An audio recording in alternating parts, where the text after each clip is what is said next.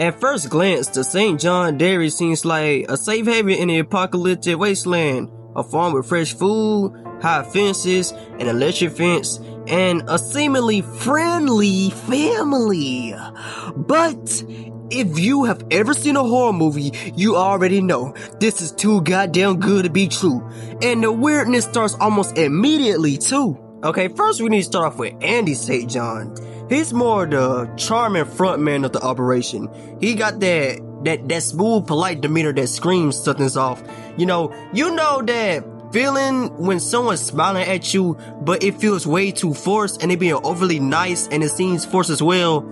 Yeah, that's Andy right there. For the moment you meet him, you can tell there's something lurking behind those eyes. Something is just not right with this man. You know, it's the little things that make Andy weird. The overly rehearsed lines, the fake concern for your group, and his obsession with keeping you safe. He talks about the farm as if it's paradise, but the cracks in that mask starting to show real quick. The whole too friendly to be real vibe only makes you more suspicious of this man. Like, just look at him. And don't get me started with Danny St. John. If Annie's the polite mask, Danny is the raw, unfiltered creep.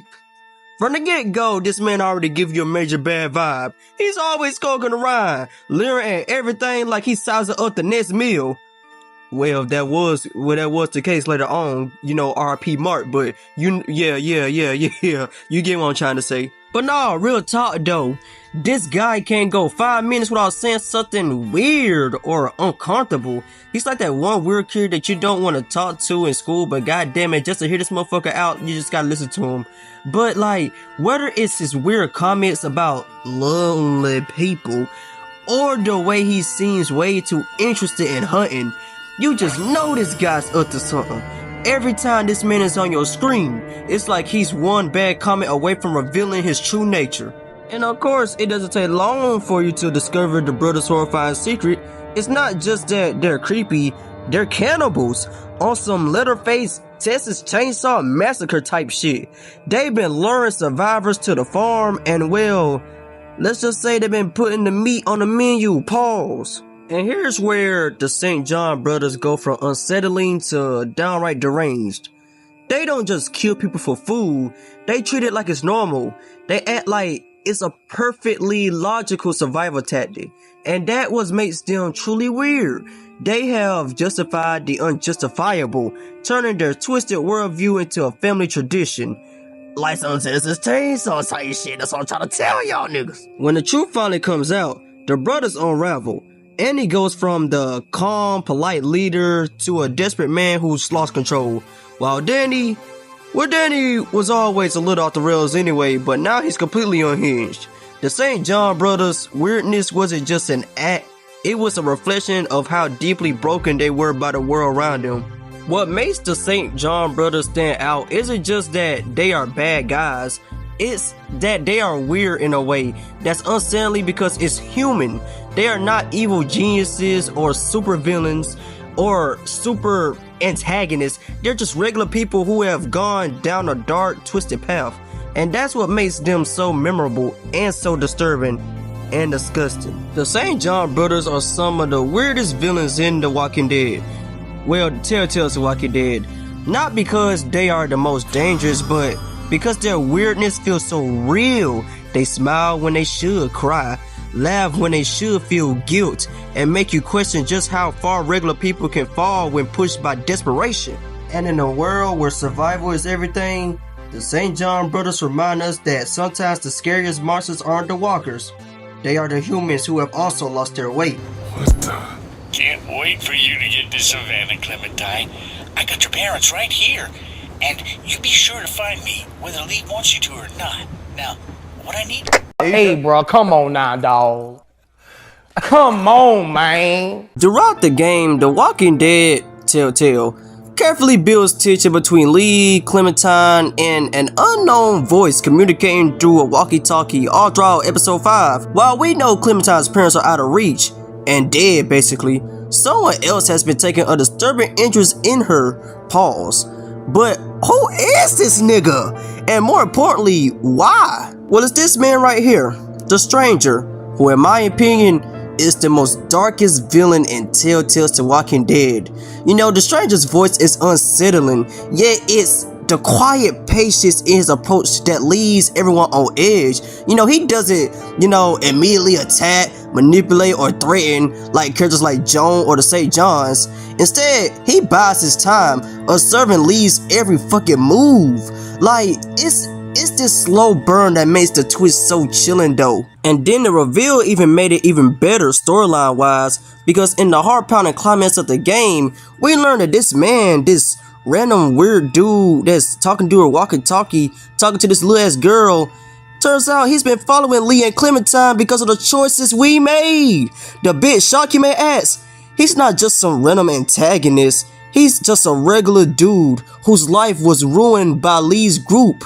And, it's personal to him, and I wouldn't blame him. But god damn, that twist was so goddamn good, cause I would never ever expect for the last final villain to be the same nigga that we stole from. That shit was crazy. The revelation forces us to confront the consequences of our actions.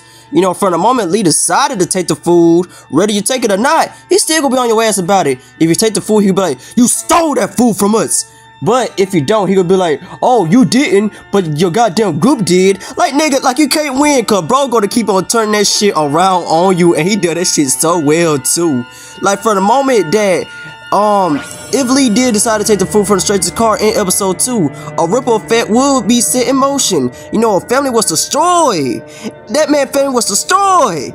And now that nigga behind that loss, man, that man is seeking revenge bad. And bro is a better man than me, cause that man was so patient with that shit too. That's what made that shit so weird.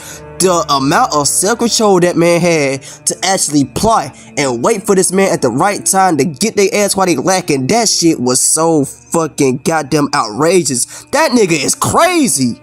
And don't even get me started what he had in his goddamn purse. What makes this twist so effective is how personal it feels. In most games, an antagonist shows up, does their villain thing, and then they just move on, or they die. But here, the stranger is a direct product of your own decisions. Whether you stole from him or not, the game still creates an overwhelming sense of guilt, because the stranger represents something larger, the moral weight of survival in a post-apocalyptic world. Bro fell victim to that shit so bad at the worst time too, because apparently his son died, but instead he just said his son got lost. And man, his wife did not like that shit.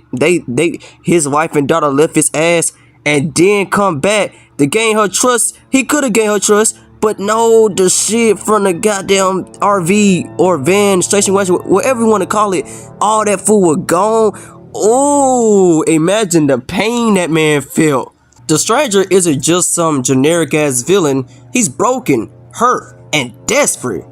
That man lost feel real, man. And that's what hits so hard. We are used to making tough decisions in The Walking Dead, Telltale. But the stranger's appearance forces us to realize that those choices have real human consequences for real. And let's not forget Clementine's role in this. The stranger manipulates her innocence and trust, trying to convince her that Lee is the villain of the story. This is where the emotional goddamn stakes skyrocket. Clementine, who we spent the entire game protecting, is suddenly caught in the middle of this shit.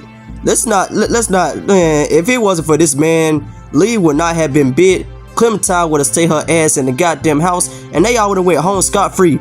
But now that motherfucker had other plans. In a game all about choices, the stranger twist is the ultimate payoff. It's a reminder that in a world like The Walking Dead, Telltale, there are no truly good or bad decisions. Every action has consequences, and sometimes those consequences come back to haunt you in the most unexpected ways. Man, I'm about to run out of storage. Let's get this shit over with quick. So why is the stranger the biggest plot twist in Telltale's The Walking Dead? Because it's not just a twist. It's like a reflection of our own choices. It forces us to confront the idea that survival comes with sacrifice, and that in the end, every decision we make carries a goddamn cost. And this man's the definition of it. It ain't polite to listen to other folks' conversations. Has anyone ever taught you that?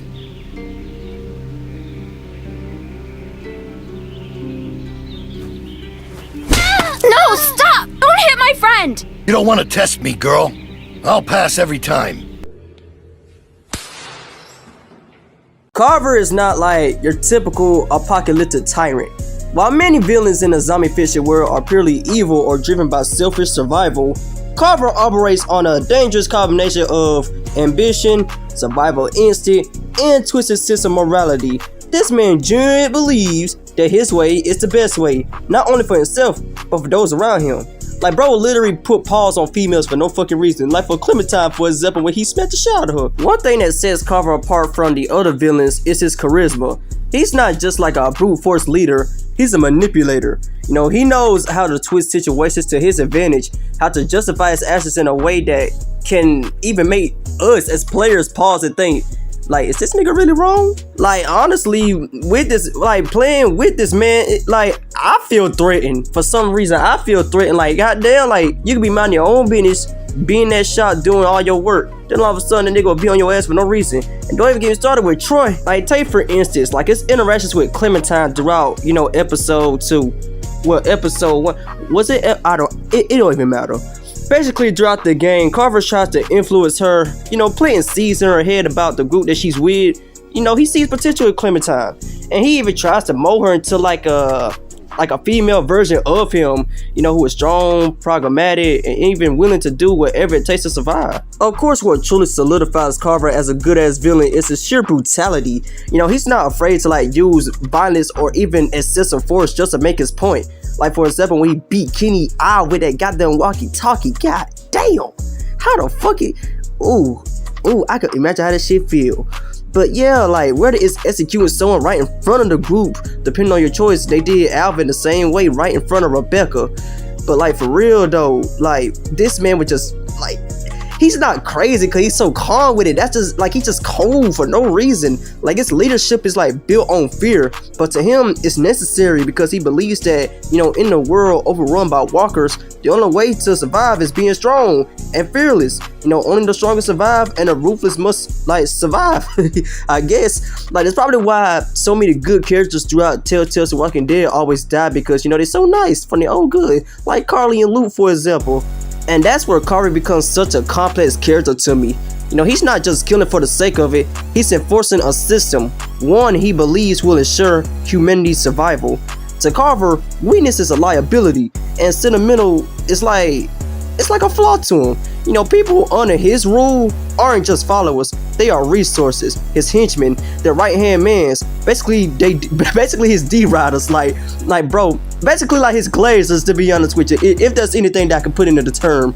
But yeah, and if you like can't contribute to the group, or, you know, even don't even obey by whatever he say, nigga, you out of here, you gone, you dead, bye-bye. But despite his cruelty, there is an undeniable logic to Carver's philosophy. In the chaos of the apocalypse, the moral lines are blurred. Players are forced to confront difficult questions. Is Carver really evil, or is he just simply a product of the world he lives in? You know, his approach may be harsh, but in a world where survival is everything, could his methods have worked? Yes, but in a way that he did it, it was too much. Even in his death, Carver leaves a lasting impact.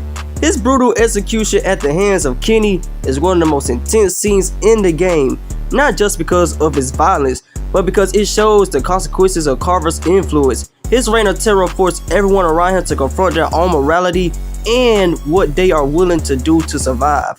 Like, bro, I ain't gonna lie, even though Clem was a youngin', I still stayed and just watched Carver get his ass told. Oh, nigga, Kenny beat his fucking face in with that crowbar. I was like, beat that nigga ass! Get him! Get him!